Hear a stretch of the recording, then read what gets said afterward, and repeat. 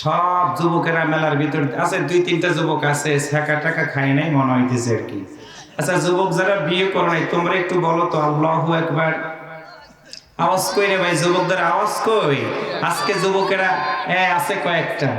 আচ্ছা যুবক যারা বিয়ে করে নাই আরেকবার একটু আওয়াজ করে বলো আল্লাহু আকবার।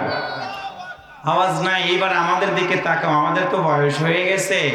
আসল যারা যুবক তারা মেলার ভিতর দিয়ে ঘুরতেছে, হিজরা কোম্পানির ম্যানেজার তারা।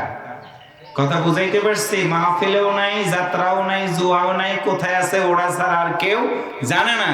আজকে আমাদের যুব সমাজ মাদকাসক্ত হয়ে গেছে, বিড়ি খায়, সিগারেট খায়, ইয়াবা খায়।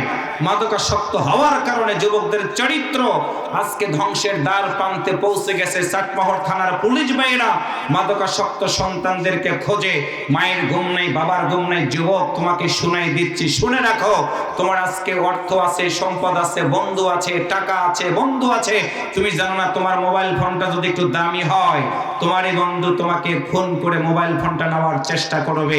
আওয়াজ করে বলেন কথা ঠিক কিনা? সুতরাং কারে বন্ধু বানাও? স্বার্থ আছে বন্ধু আছে, স্বার্থ নাই বন্ধু নাই, সে তোমার বন্ধু না। সত্যিকার অর্থে বন্ধু বানাবা তাকে যেই বন্ধু তোমাকে মসজিদে আজান হয়ে গেলে মসজিদের দিকে নিয়ে যায়। আল্লাহু আকবার বলেন। যেই বন্ধু তোমাকে সত্য কথা বলায়, যেই বন্ধু তোমাকে আল্লাহর আইন দিন কায়েমের কথাগুলো বলার জন্য চেষ্টা করে। যুবক পায়ে ধরে বলি, জায়গা পিছনে নাই, অল্প একটু জায়গা আছে, যদি আসো বসো, জীবন পরিবর্তন হয়ে যাবে। সুতরাং আজকের এই মাহফিল থেকে আমরা দীপ্ত কণ্ঠে শপথ নিয়ে বাড়িতে ফিরে যাব। জন্মগ্রহণ করেছি 100% একদিন মরে যাব। মরে যাওয়ার পরে পৃথিবীর কোনো নেতা, দার্শনিক, বৈজ্ঞানিকের নামকরণ করে আমাদেরকে কবর জগতে রেখে দিয়ে আসা হবে না।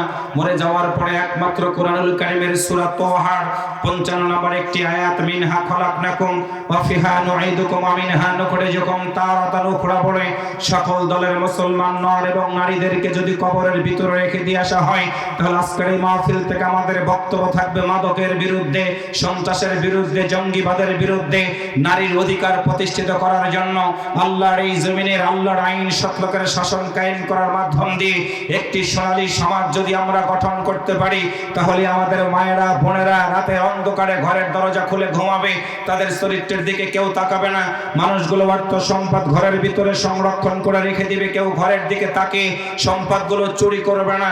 এমন একটি সমাজ যদি আমরা গঠন করতে সিদ্ধান্ত নিতে পারি, তাহলে আজকের এই মাহফিল থেকে কাঁধে কাঁধ হাত দিয়ে একটাই আওয়াজ, মানব রচিত আইনগুলোকে পদদলিত করে আল্লাহর এই জমিনে কোরআনের বিধান প্রতিষ্ঠিত করার জন্য চেষ্টা করব। আর কোরআনের বিধান প্রতিষ্ঠিত করতে আমরা যখনই চেষ্টা করব, কোরআন বিরোধী লোকেরা আমাদের সাথে ভালো আচরণ করবে না, আমাদেরকে ধরবে, মারবে, এমনকি পৃথিবী থেকে বিদায়ী করার ষড়যন্ত্র করবে। আমাদের সিদ্ধান্ত হলো 100% মরে যাওয়ার পর আল্লাহর জান্নাতে যদি যেতে চাই, কোরআনের পক্ষে আমরা দাওয়াত দেব। প্রয়োজন যদি হয় আমরা জীবন দিব, শহীদ হয়ে যাব, কিন্তু আল্লাহ ছাড়া কারো কাছে মাথা নত করব না, করব না, করব না। কারা কারা আল্লাহর কোরআন মানতে রাজি আছেন? দু হাত তুলে আমার আল্লাহকে দেখায় দেন। তাকবীর, তাকবীর। কোরআন হাদিস থেকে আনে, আমরা শিখালে। ওলামা হযরত থেকে আনে, আমরা শিখালে। তাকবীর। হাত নামান প্রিয় দিনী ভাইরা, আমরা যে একটু যে হাত তুলে আল্লাহু আকবার বললাম, আওয়াজ করে বলুন তো আল্লাহু আকবার বলাতে খুশি হয়েছে কে? রাগ করেছে? আল্লাহ রাগ করেছে? আল্লাহ রাগ করে না। আল্লাহু আকবার বললে একসাথে বলেন তো খুশি হয় কে? রাগ করে কে?